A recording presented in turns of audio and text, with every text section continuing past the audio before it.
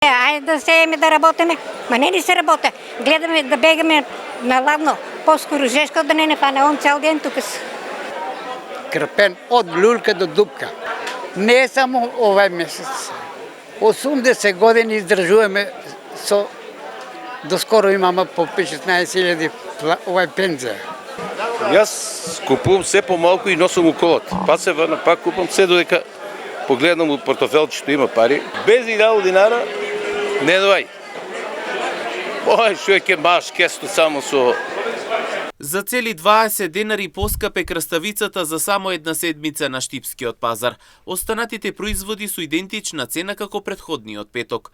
Пазарџиите во Штип велат дека скапо ефтино свежи производи мора да се купат за да се помине седмицата.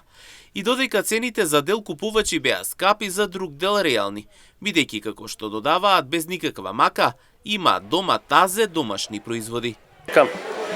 Дините се лобиниците гледам спуштено малку цената, лобиниците од 20 до 50 има и така. Пиперките исто е, има минати од петок. Зависи од квалитет. Треба да си имаш јако одам, по 1500 динара си носам со мене.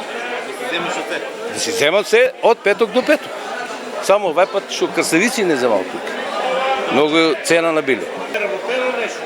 Па доматите тие, ама ефтино е. Некаме да работиме ефтино, ајде. Па иста цена како најпеток. Само малку краставицата има цена поголема. 30, 40, сега 50, 60. Овака патлиџано исто 50, пиперо 50. Јас си купи праски, пипер, патлиџани, сливи си купи, гра и сега ќе си ода. Да, скапо. На 1000, па те да си купиш и да се однесеш дома. Па земат едно зелче, земам овај компирки таму по 40 динара.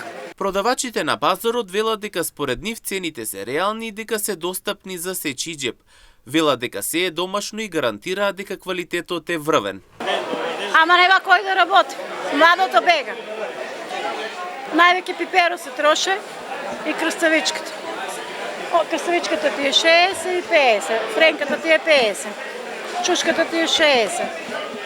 А иначе младиот свет неки да работи уопште. И сега само ние што сме тука работиме и послето нема кој да работи. А скапо е на човеците.